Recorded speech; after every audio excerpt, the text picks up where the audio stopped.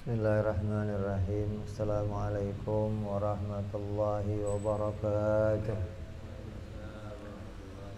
Al-Fatihah ila ruhi Sayyidina Habibina Syafi'ina Rasulillah Sayyidina Muhammad ibn Abdullah Sallallahu alaihi wa ala alihi wa sahbihi wa azwajihi wa dhurriyyatihi Anna Allah ya'ali darajatin fil jannah wa yanfa'una bi asrarihim wa anwarihim wa ulumihim wa nafahatihim وبركاتهم في الدين والدنيا والآخرة ويجعلنا من حزبهم ويرزقنا محبتهم ويتوفنا على ملتهم ويحشرنا في زمرتهم بالعافية وسلامة ثم الفاتحة إلى صاحب الكتاب السيد أبو عبد الله محمد بن يوسف السنوسي ثم إلى صاحب الشرح من إبراهيم البيجري ثم إلى حضرة الوالد الحبيب عبد الله بن مهدي العطاس نفعنا الله بهم وبعلومهم بالدارين لهم الفاتحة أعوذ بالله من الشيطان الرجيم بسم الله الرحمن الرحيم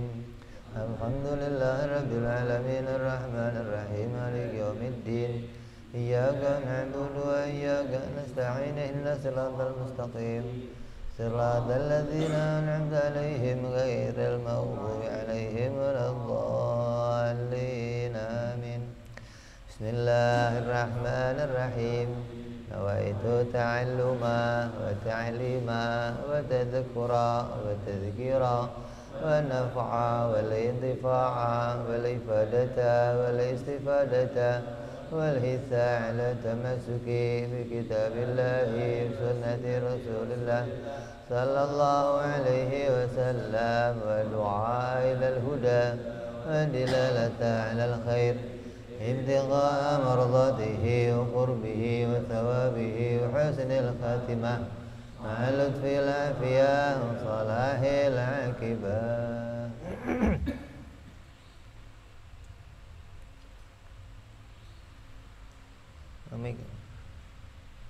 Mik sini dibuka talinya gue, talinya dibuka sih.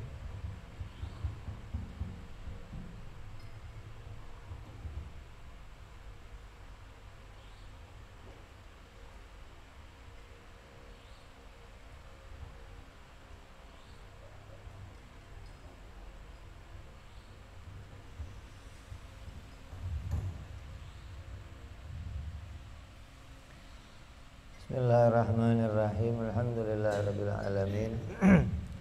Salatu wassalamu ala asyrafil anbiya'i wal mursalin Sayyidina habibina wa syafi'ina wa maulana Muhammadin wa ala alihi wa sahbihi ajma'in. Amma ba'du. Qala musanniful kitab rahimahullah Hadratul Imam Sayyid Abu Abdullah Muhammad bin Yusuf As-Sanusi Sa'imala Sayyidul Syarha Ibrahim Al-Bajuri Nafa'an Allah bihim wa bi'alumihim fi darain Allahumma aftah qulubana futuhal arifin wa bihidmatika wansur alaina birahmatika ya arhamar rahimin ila an qal wa qiyamuhu ta'ala binafsihi ay la yaftaqiru ila mahallin wala mukhassisin. Melanjutkan, hari ini kita sampai pada pembahasan wajibnya Allah bersifat qiyamuhu ta'ala binafsihi. Ay ditafsirkan oleh musannif la yaftaqiru ila mahallin wala mukhassisin. Sifat ini ditafsirkan dengan dua penafsiran. Yang pertama, bahwa Allah tidak butuh kepada zat yang lain dan Allah tidak butuh kepada yang menciptakan. Qiyamuhu ta'ala binafsihi ay ayo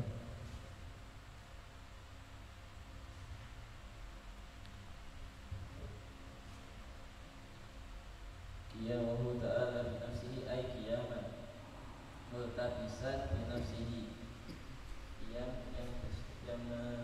iltibas bersatu multabisan binafsihi Ba di sini lil mulabasah, makna mulabasah, wa yuhtama dan dimungkinkan antakuna maknanya ba ini di dzarfiyah dzaraf al-majaziyah majaz. Jadi qiyamuhu binafsihi ay maknanya qiyaman multabisan binafsih, berdiri dengan dirinya sendiri. Falba lil mulabasah hanya disandarkan saja, dipakaikan saja. Wa yahtamilu yang layak dimaknai adalah antakuna lidhorofiyah majaziyah, itu hanya majaz. Baknya bukan diartikan makna bak yang sebenarnya, bukan berdiri dengan dirinya. Dengan itu kan dhorofnya dhorof apa, kata sambung, maknanya menggunakan perkara yang lain. Maka kalau pada Allah tidak dimaknai makna aslinya, bukan Allah berdiri dengan sesuatu yang lain. Berdiri pada dirinya sendiri, walaupun digunakan baknya hanya sebagai majaz saja, jangan dimaknai yang sebenarnya seakan-akan Allah itu berkaitan dengan zat yang lain atau wujud yang lain. Kalau kayak kita kan berdiri dengan kaki, jadi kaki dan kamu jadi perkara lain gitu loh. Berdiri di atas lantai berarti perkara lain. Kalau Allah berdiri pada dirinya sendiri atau berdiri dengan dirinya sendiri, dengannya itu jangan diartikan sebagai kata yang menunjukkan pada butuhnya Allah pada satu alat atau satu benda yang lainnya. Jadi yang layak ba di situ hanya dhorofnya dhorof majaziyah. Terus wa ulima diketahui min kalam musannif, dari ucapan musannif, annahu sesungguhnya yajuzu boleh itlaqu nafsi, mengucapkan lafal nafsi alaihi atas Allah Ta'ala, walau min ghairi musyakalatin, walaupun diucapkan untuk sesuatu yang tidak berbentuk, bahwa kadalik, dan itu seperti itu. Allah Ta'ala, Allah berfirman, kata rabbukum ala nafsi rahmah, silakan berbeda liman untuk orang ulama fasahu yang mengkhususkan lafal nafsi di musyakalah pada sesuatu yang berbentuk, kama fi qouli ta'ala, seperti di dalam firman Allah Ta'ala, hikayatan, karena menceritakan An-Isa dari Nabi Allah Isa alaihissalam, ta'lamu ma fi nafsi wa la'alam ma fi nafsi, wa da'wahu, adapun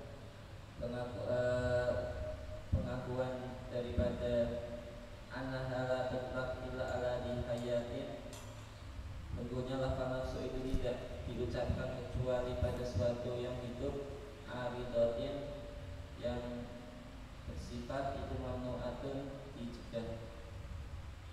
Wa idhafatu nafsi, adapun mengidhafahkan lafal nafsi di dhamir pada dhamir di kalam musannif, di dalam ucapan musannif, wa nahwihi, dan semisal ucapan musannif itu min qabili idhafati syai', dari arah menyandarkan sesuatu li nafsihi pada diri zatnya sendiri.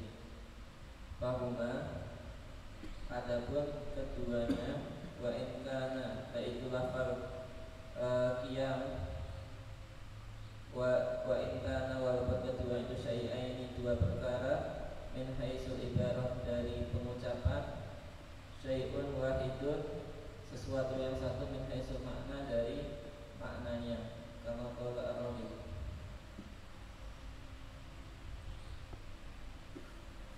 ya juzu wa'lam, ketahuilah dari perkataan musannif ini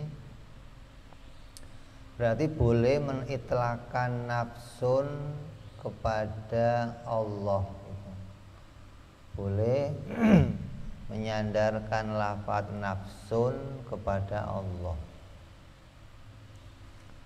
Ini yang dimaksud dengan nafsun, dicontohkan walaupun makna ini dimaknai dengan tanpa adanya keadaan bentuknya sesuatu. Seperti perkataannya Allah dalam Al-Quran, Allah berfirman, kataba rabbukum ala nafsihi rahmah. Allah menetapkan pada zatnya sendiri itu bersifat rahmah. Maka nafsun di situ dimaknai bukan dengan satu bentuk, tapi kembali kepada maknanya zat. Khilafan lima khassahu bil musyakalah, beda dengan yang memaknainya dengan musyakalah, dengan adanya bentuk. Kama fi qaulihi ta'ala hikayatan al-Isa, seperti perkataan dalam Al-Quran yang meriwayatkan, menghikayatkan perkataan Nabi Isa alaihi salam.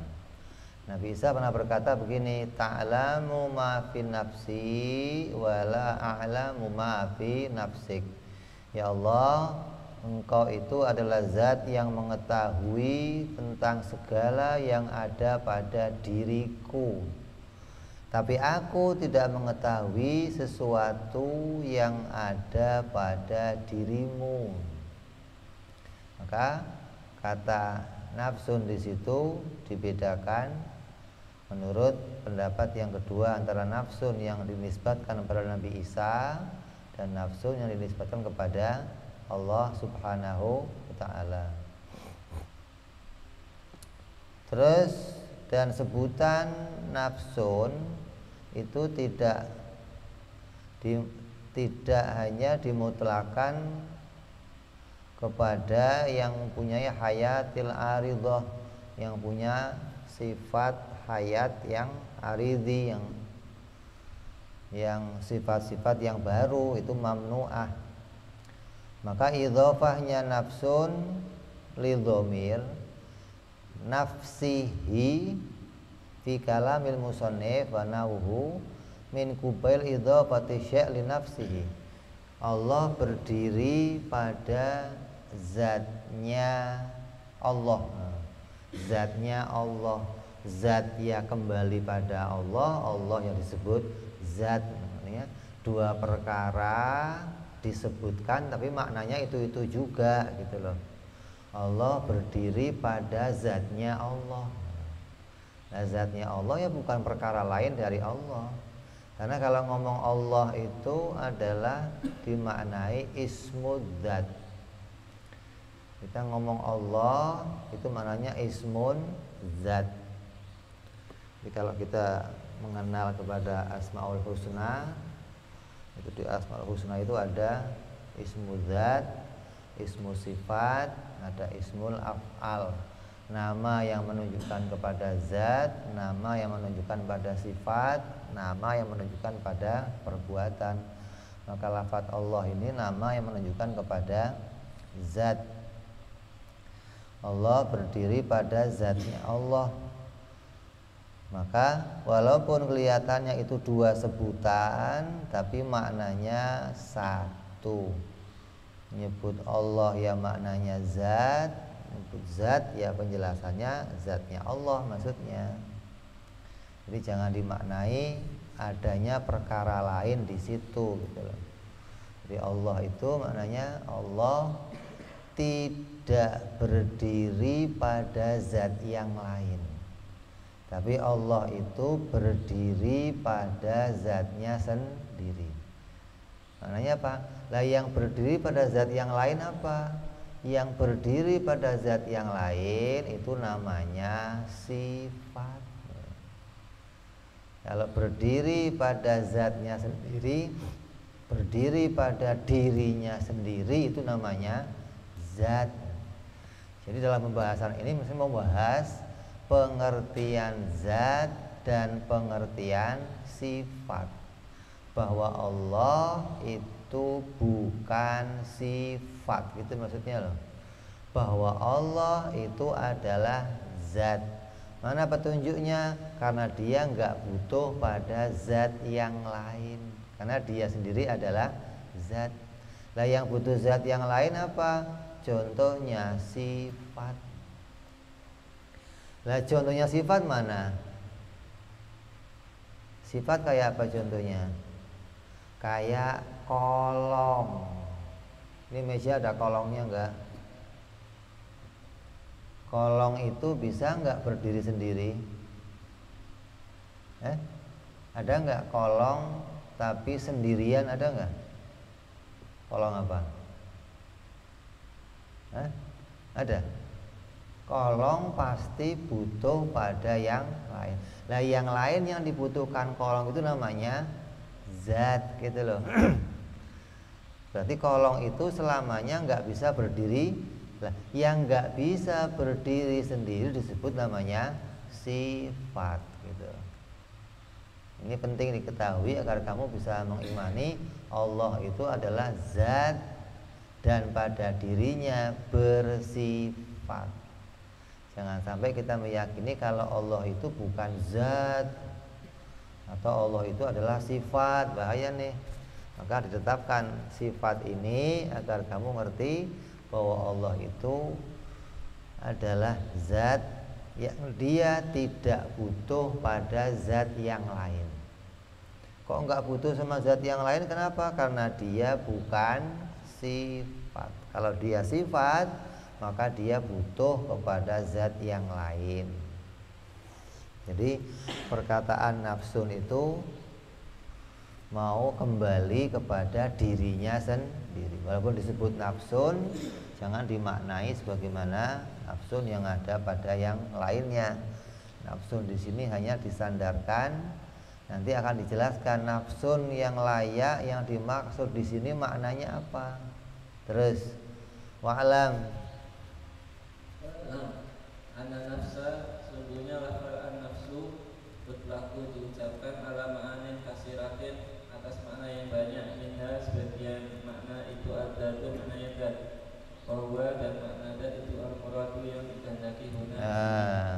Maka di sini makna nafsu adalah zat, maknanya Allah itu berdiri pada zatnya sendiri, gitu loh. Karena nafsun itu bisa maknanya banyak. Tapi nafsun yang dimaksud di sini adalah mau kembali kepada zat. Allah berdiri pada zatnya sendiri. Allah tidak butuh pada zat yang lain. Nah, yang butuh sama zat yang lain apa namanya? Sifat. Emangnya ada yang menyatakan Allah itu sifat, Tuhan itu sifat? Ada. Banyak kelompok-kelompok yang meyakini kalau Tuhan itu adalah sifat.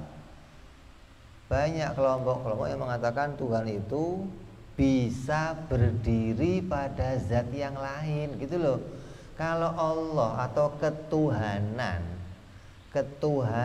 bisa berdiri pada selain zatnya Allah, berarti ketuhanan itu namanya sifat. Contoh, orang yang mengatakan ada Tuhan Bapa, ada Tuhan Anak.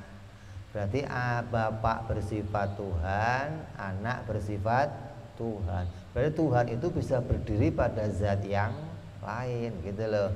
Berarti Tuhan itu disebut namanya sifat. Digambarkan kayak apa? Putih. Ada putihnya peci, ada putihnya baju, ada putihnya lampu. Berarti putih itu bisa berdiri pada zat yang lain. Berarti putih namanya sifat. Nah, kalau Tuhan bisa berdiri pada zat yang lain, berarti Tuhan dianggap sebagai sifat. Ada Tuhan Bapa, ada Tuhan Anak. Ini berarti ada Tuhan yang lain. Atau disamakan sebagaimana oknum, kayak apa contohnya? Polisi. Polisi itu disebut sebagai sifat. Jenderal disebut polisi, mayor polisi, kopral polisi. Berarti polisi itu enggak berdiri pada satu zat, tapi bisa berdiri pada zat yang lain. Maka itu namanya sifat. Nah, Tuhan, ketuhanan itu enggak bisa begitu. ketuhanan itu ya hanya pada zatnya sendiri, nggak bisa ada pada zat yang lain. Karena ketuhanan itu adalah sesuatu yang tetap pada zatnya sesuatu, karena dia tidak bisa berdiri pada zat yang lainnya. Kalau dia bisa berdiri pada zat yang lainnya, berarti ketuhanan itu disebut namanya sifat. Maka yang dimaksud dengan qiyamuhu ta'ala atau qiyamullahu ta'ala, berdirinya Allah ta'ala binafsihi ay bidzatihi. Allah berdiri pada zatnya sendiri, maknanya Allah tidak butuh pada zat yang lain. Terus dan sebagian dari makna anafsu adamu maknanya dan darah, bahwa dan itu al-muradu yang dikehendaki fi qalihim dalam ucapannya ulama, mala nafsa lahu salilatun, ma hewan la nafsa yang tidak ada darah, lahu baginya salilatun yang mengalir, itulah dengan jisu tidak menajiskan al-ma'a air. ada lagi nafsun dimaknai sama ulama dimaknai apa? Darah. Kayak perkataan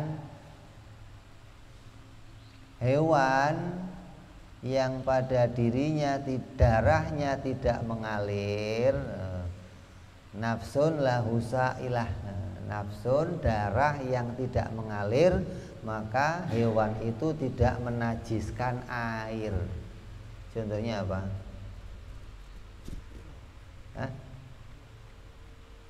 Contohnya apa? Hewan yang nggak mengalir, nyamuk apa? Semut, cicak, apa lagi? Yang dia nggak mengalir darahnya gitu loh. Kalau yang mengalir darahnya, maka dia menajiskan air kalau dia ada di situ, mati di situ. Terus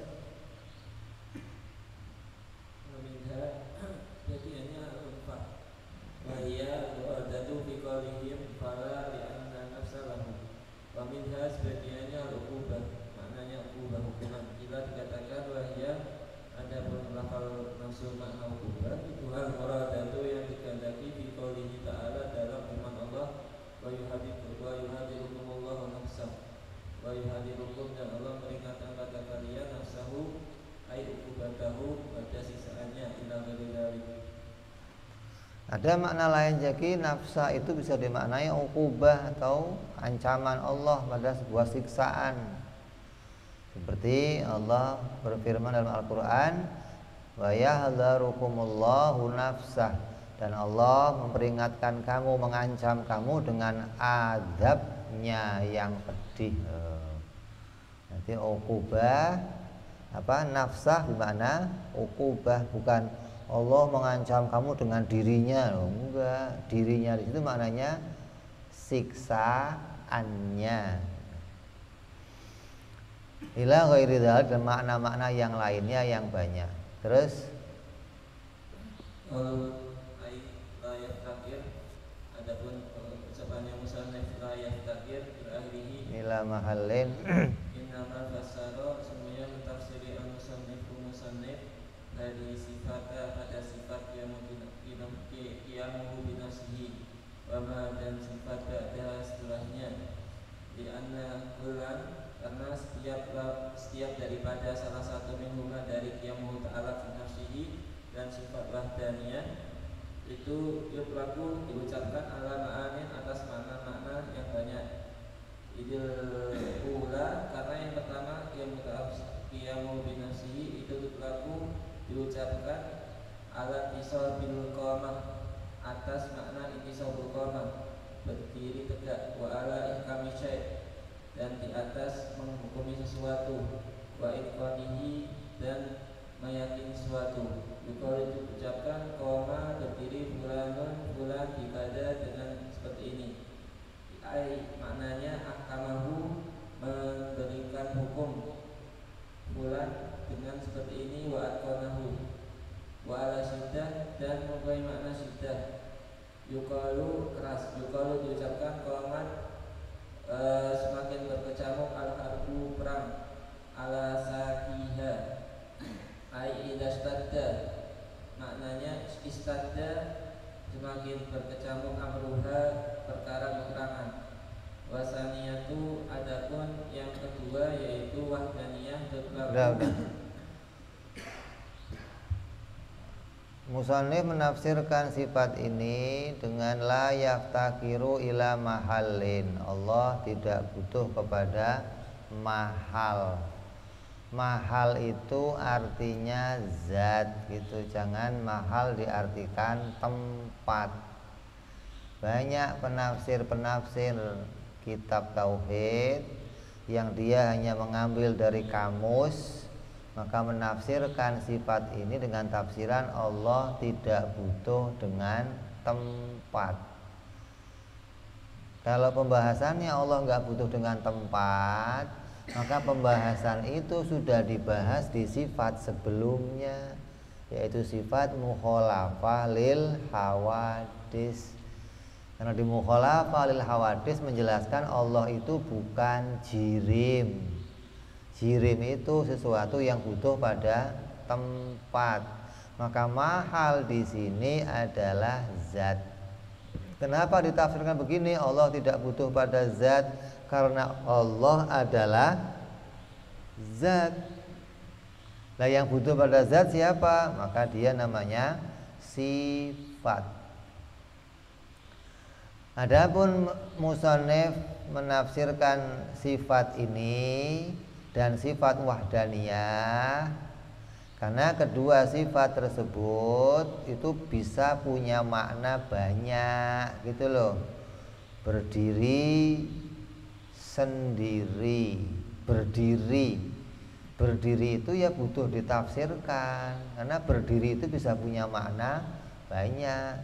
Seperti nanti makna satu itu bisa punya tafsiran banyak, maka butuh ditafsirkan. Satu pada Allah itu maknanya gimana, berdiri pada Allah itu maknanya gimana gitu loh. Karena ada yang menafsirkan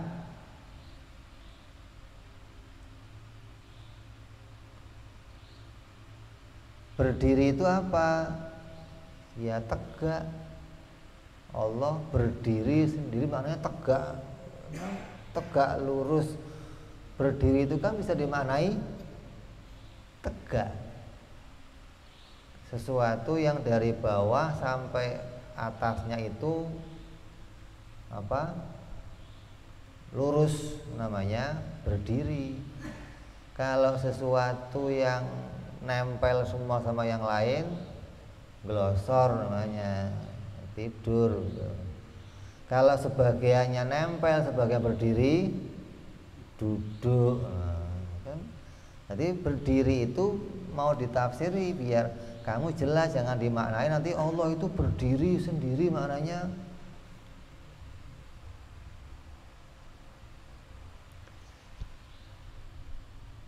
Coba ini saya tunjukkan.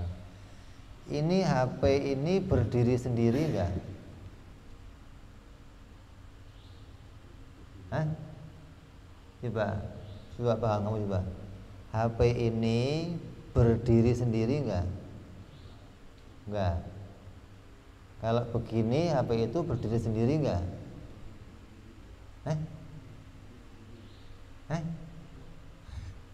Kalau begini berdiri sendiri enggak?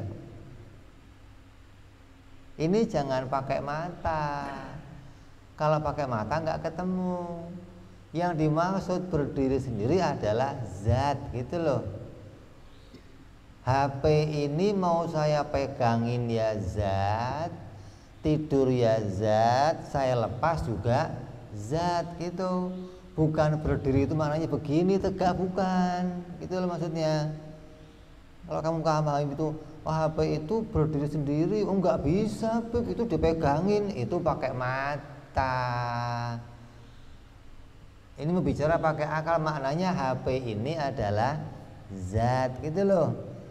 Begini disebutnya apa? Zat. Begini zat, begini Begitu loh. Ini ya berdiri sendiri, begini ya berdiri sendiri, begini juga berdiri. Kenapa? Karena dia selalu disebut zat, gitu maksudnya.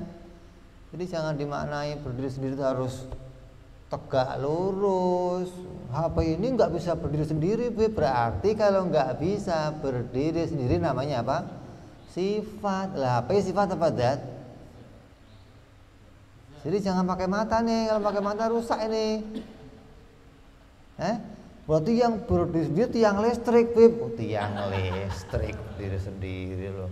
Berarti yang zat tiang listrik doang dong, yang lain bukan zat. Ini jadi jangan salah paham maksudnya. Ini HP dia berdiri, walaupun ini kamu lihat mata saya megangin, tetap dia namanya zat gitu loh.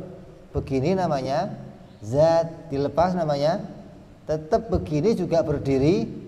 Enggak, itu tiduran, Beb. Iya tiduran kalau pakai mata, tapi maknanya tetap disebut dia zat. Ketika dia berstatus zat, dia dimaknai berdiri sendiri, gitu maksudnya. Jangan pakai mata rusak pembahasan ini.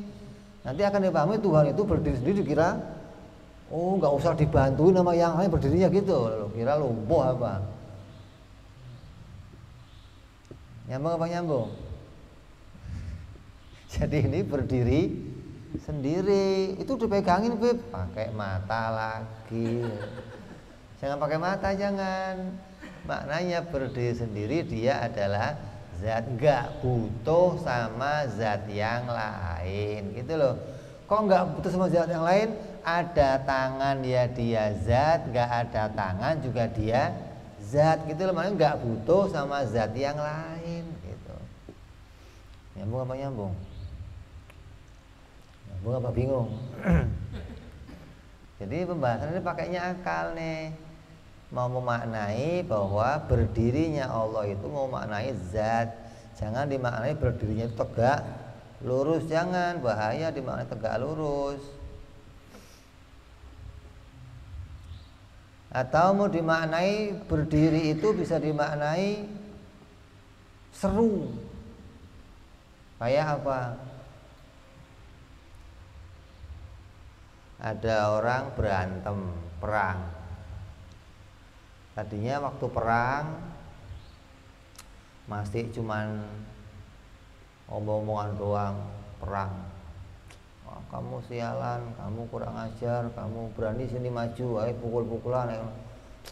Ini perang apa begitu? Lah begitu apa? Bentrok, ini baru berdiri peperangan, gitu loh. Masih berdiri itu terjadi seru perangnya, gitu loh. Tadinya belum seru. Nah, begitu semakin ada yang terbunuh, ada yang berdarah, baru namanya ini baru seru, gitu loh. Wah, ini baru berdiri, dari tadi juga udah perang, bro. Iya, cuma ini baru seru. Maknanya dimaknai berdiri itu bisa dimaknai semakin seru atau semakin keras terjadinya peperangan, gitu. Jadi makna berdiri bisa maknanya macam-macam. Jangan berdiri dimaknai satu macam doang, dikira berdiri tegak doang gitu, enggak. Berdiri maknanya bisa macam-macam. Jadi kamu jangan sampai salah paham di dalam menamai berdiri di sini. Wasani yang kedua ada lagi mana wahdaniyah terus. Wasaniyah itu adapun yang kedua tutlaku diucapkan yaitu wahdaniyah. Tutlaku diucapkan wahdaniyah ala wahdatis syahs atas satunya seorang, wahdatin nau atau satu macam, wahdatul jenis atau satu jenis, wa nahwiha min sa'il wahdati dari semua jenis satu. Satu itu juga maknanya bisa macam-macam. Satu apa nih? Satu orang, satu kampung, satu jenis, satu kumpulan, satu rombongan, bisa makna macam-macam. Allah itu satu. Satu apa? Satu toktil, satu rombongan, satu kampung, satu apa? Makanya nanti akan ditafsiri, oh satu pada Allah maknanya esa pada zatnya. Maknanya bukan pisahan, bukan kumpulan gitu. Karena satu itu bisa maknanya pisahan, bisa maknanya kumpulan. Coba nih kalau semua ini satu majelis, ini kumpulan apa pisahan?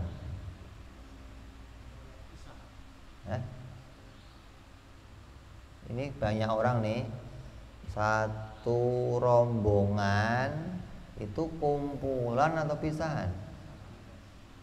Kumpulan. Gula satu toples atau beras satu karung itu kumpulan beras atau pisahan beras? Kumpulan beras atau pisahan beras? Kumpulan beras. Lah kalau satu orang itu kumpulan atau pisahan? Kumpulan. Oh. Satu kumpulan katanya. Kalau banyak ini pisahan. Sekali lagi jangan pakai mata. Ini ilmu pakai akal, pakai mata nggak ketemu. Satu kok disebutnya kumpulan? Karena satu orang itu kumpulan dari tangan, kepala, kaki, paha, rambut, kumpulan banyak-banyak gitu loh. Nah kalau segini banyaknya, ini pisah-pisah, dipisah orang, dipisah orang, dipisah orang. Beras satu kantong dipisah namanya apa? Beras. Bisa lagi? Beras. Bisa lagi? Berarti apa itu? Bisa. Kalau pakai mata, kumpulan beras. Kalau pakai akal, pisahan. Gitu loh. Jadi satu itu bisa punya mana kumpulan atau pisah. Lah pada Allah apa? Kumpulan yang enggak, pisahan juga enggak. Gitu nanti. Maka akan ditafsirkan lagi pada pembahasan wahdaniyah. Maka dua sifat ini oleh musonif ditafsiri gitu. Wal wahdaniyatu ai wal mukhalafatu lil hawa apa wa qiyamu ta'ala ai. Kalau yang lain kan nggak ditafsirin. Coba mukhalafah nggak ditafsirin, baqo nggak ditafsirin, Hidam nggak ditafsirin, tapi qiyamu bin nafsi ai la yaftakiru ila mahalin wala mukhassis. Wal wahdaniyatu ai la thaniya lahu fi dzat wa sifat wal af'al. Ditafsirin tuh. Kenapa kok ditafsirin? Karena bisa maknanya banyak. Nyambung apa nyambung? Terus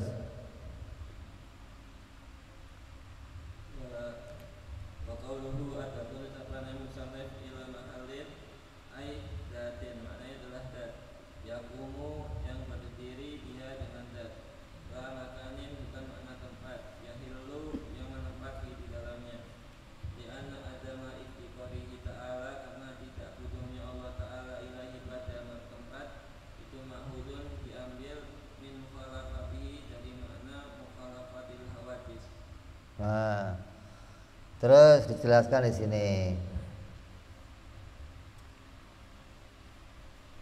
Yang kedua ditafsiri la yaftaru ila mahalin. Mahalin itu apa?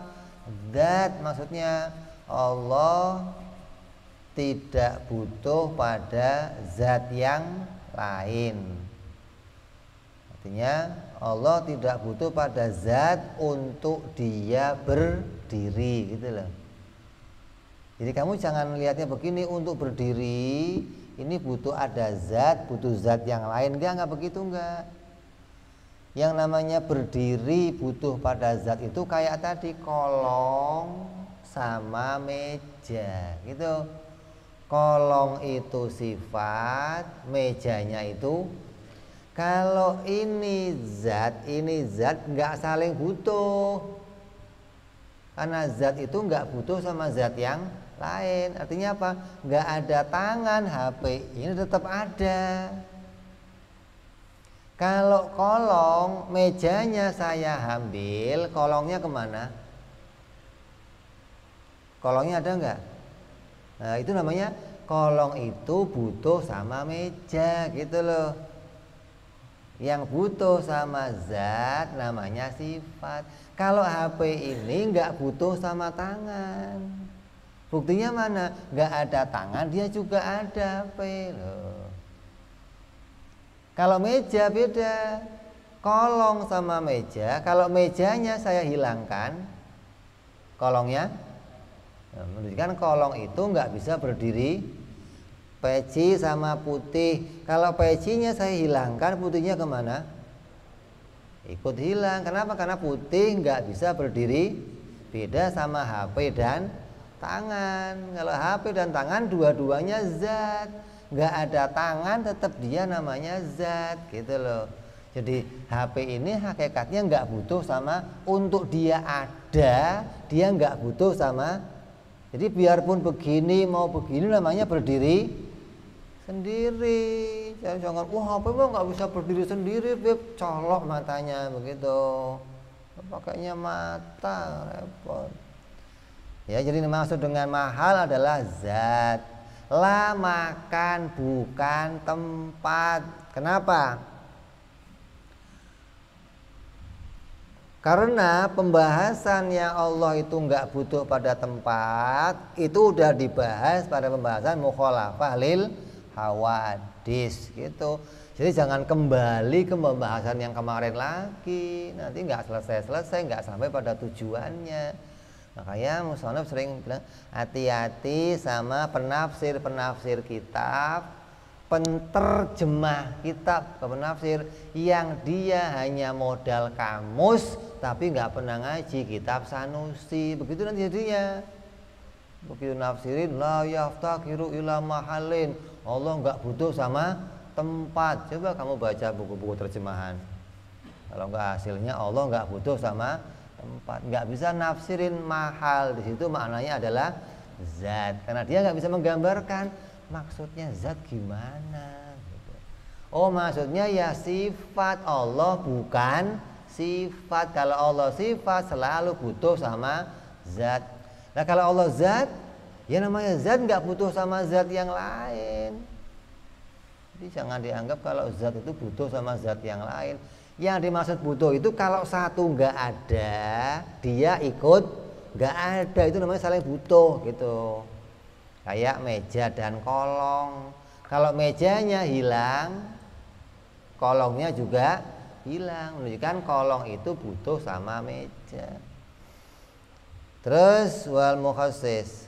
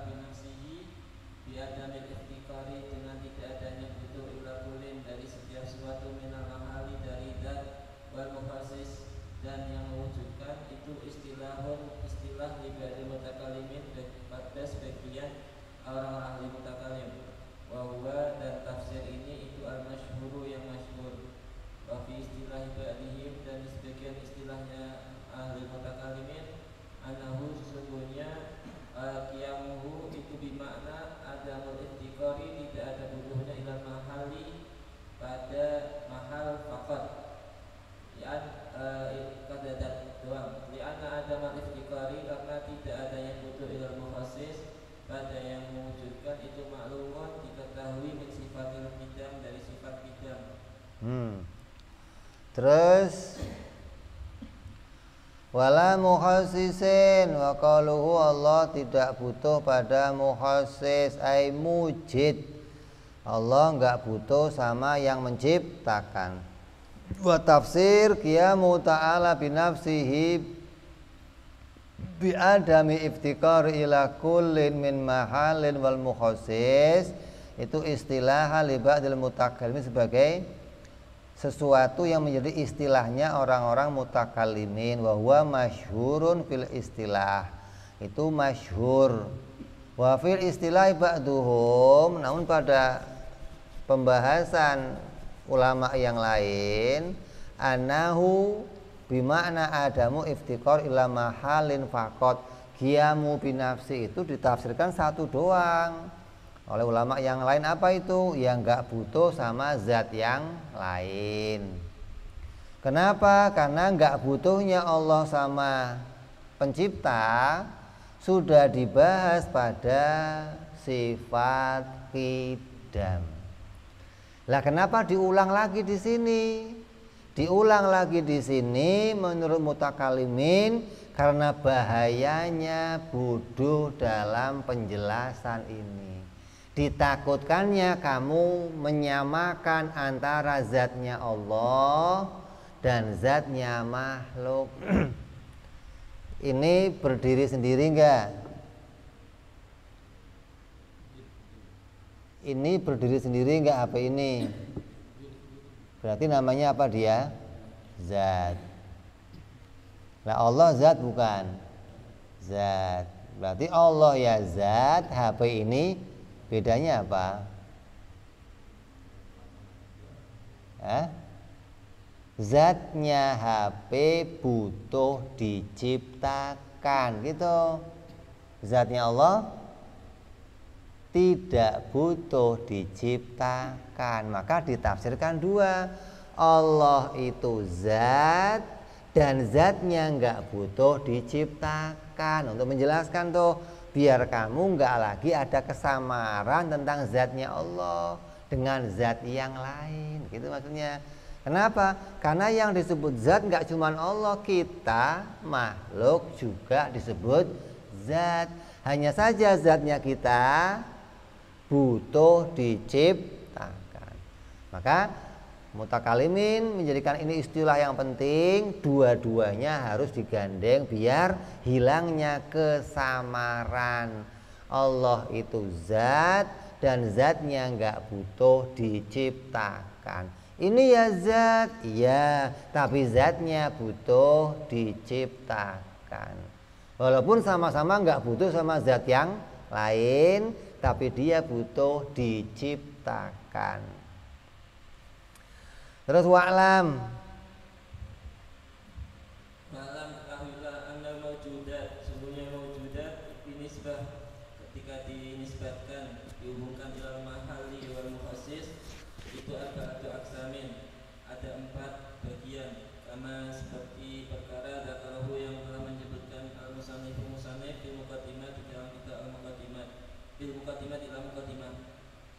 Ismun, bagian yang pertama, itulah yang takiru, tidak butuh ilaihima pada zat dan tidak butuh pada yang menciptakan, wahuwa, yaitu dzatullahi ta'ala, Allah subhanahu wa ta'ala. Di dalam pembahasan ini disimpulkanlah 4 perkara. Qiyamu binafsi menghasilkan kesimpulan berapa?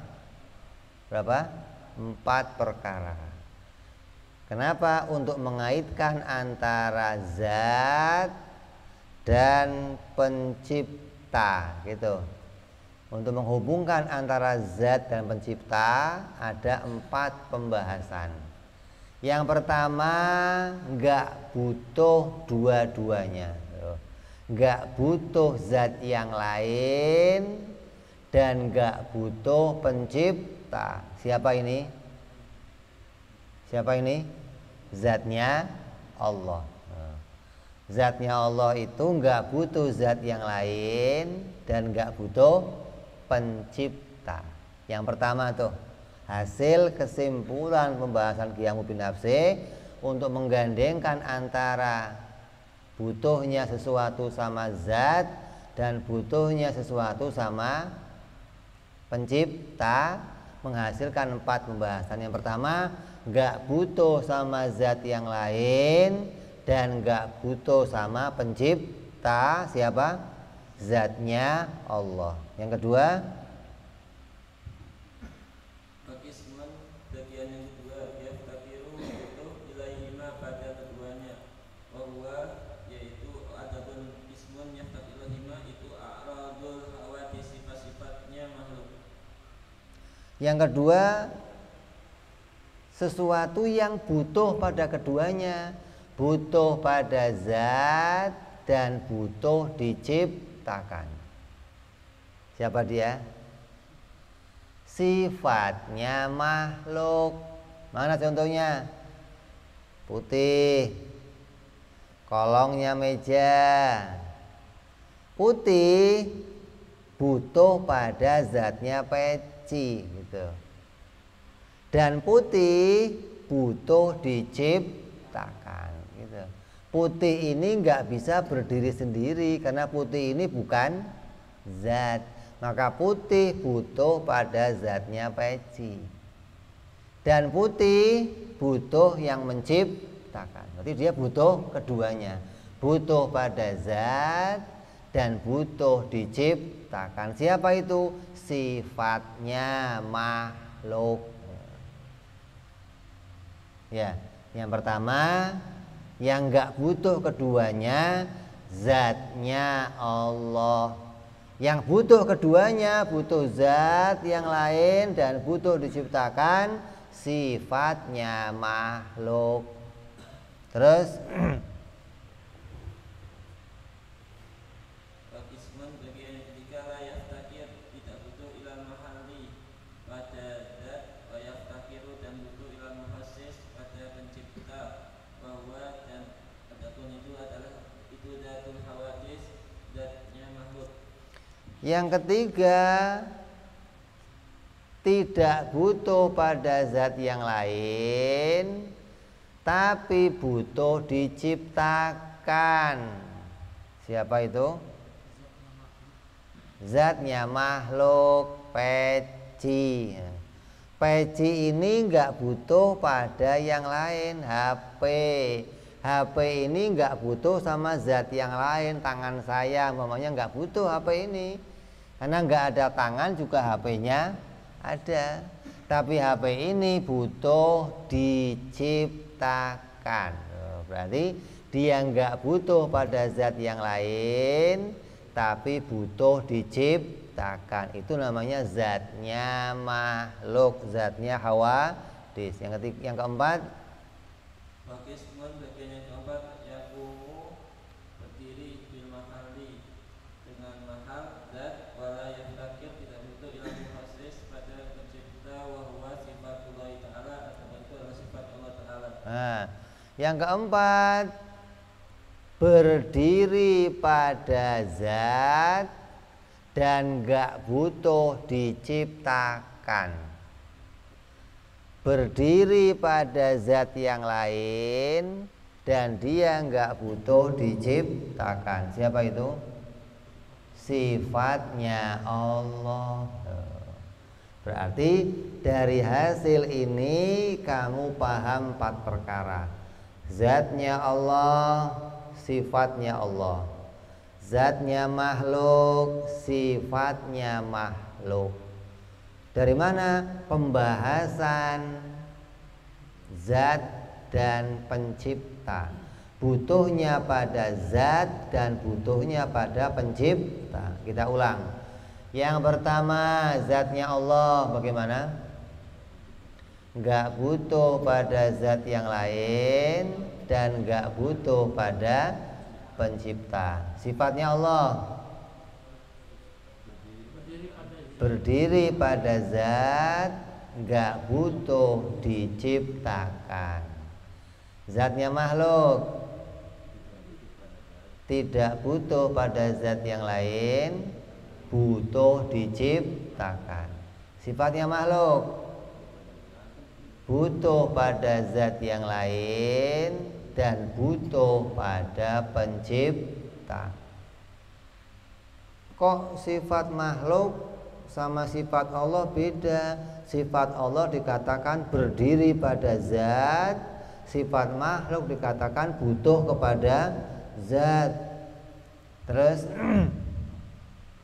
Wakat asa'a dan telah berbuat kurang baik al-fakhr al-adaba pada adab haisu abaro sekiranya memberi ibarah di hadal ismi pada ini bagian bil iftikari dengan sebutan iftikar nazaran karena melihat penglihatan minhu darinya ilas ihalati qiyamihi sifatihi pada mustahil berdirinya sifatnya Allah Ta'ala binafsiha terhadap zatnya wa wujubu qiyamiha dan wajib berdirinya sifat bidati dengan zat al-aqdasi yang mulia ma'afradihi bersamaan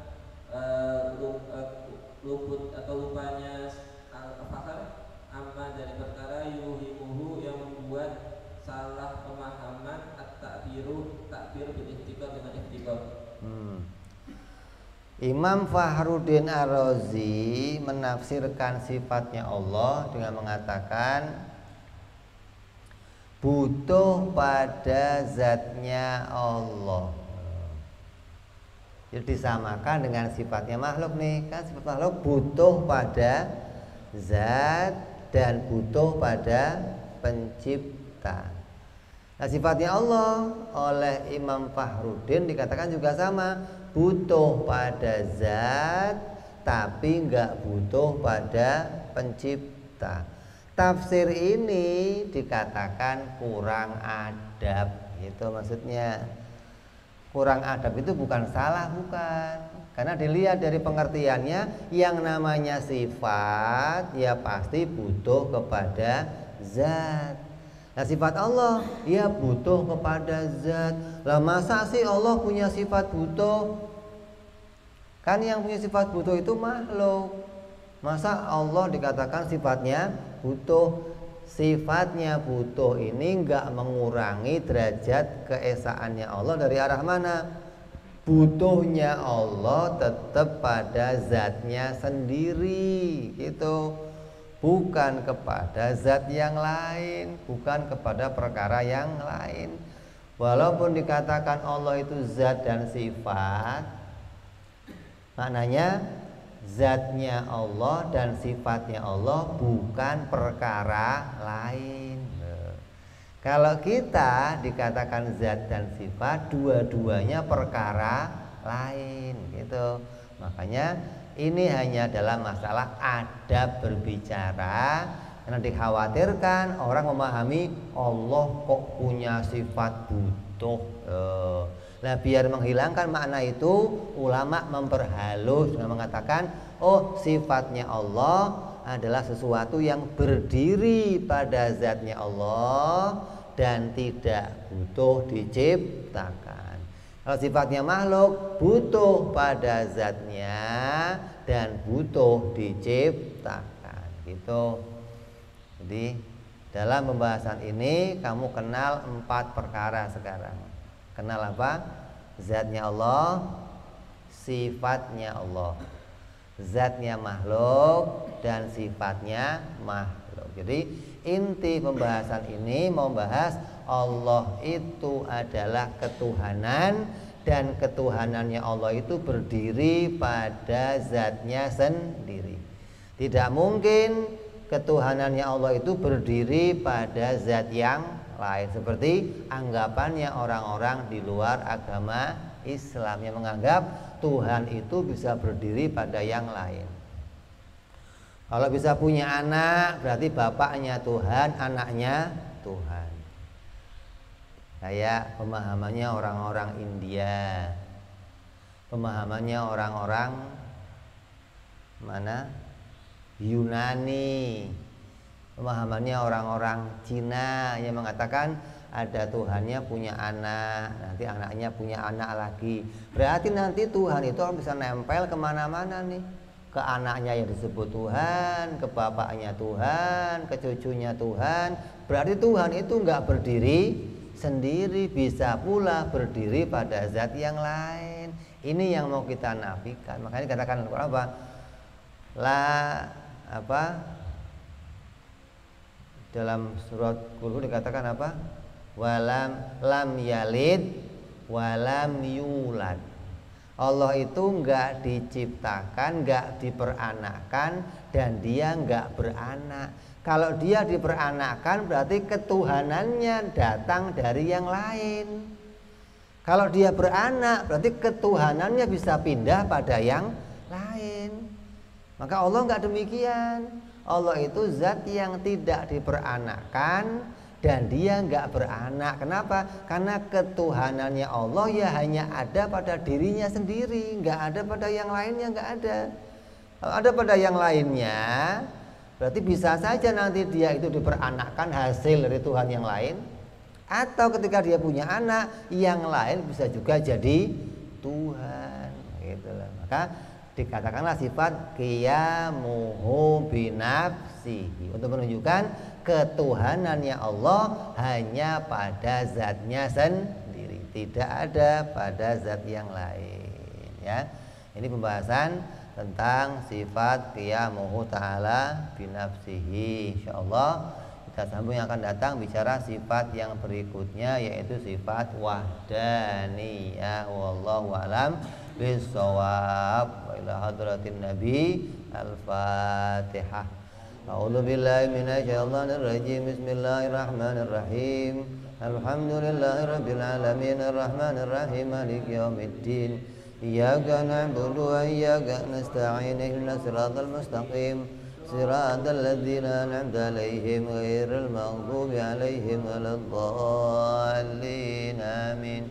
Ya Rabbana i'tarafna بأننا اقترفنا وأننا أسرفنا على لظى أشرافنا فتب علينا توبة تغسل كل حبة واستر لنا عوراتي وأمن رواتي واغفر لوالدينا ربي ومولودينا والآل والإخوان وسائر الحلان وكل ذي محبة أو جيرة أو صحبة والمسلمين أجمع من ربي اسمع فضلا وجودا منا لا باكتساب منا بالمصطفى رسولي نهضى بكل سولي صلى عليه أدى الحب وآله وصحبه عدد طمس صحبي والحمد لله في البدء والتناهي. Alhamdulillah rabbil alamin. Assalamualaikum warahmatullahi wabarakatuh.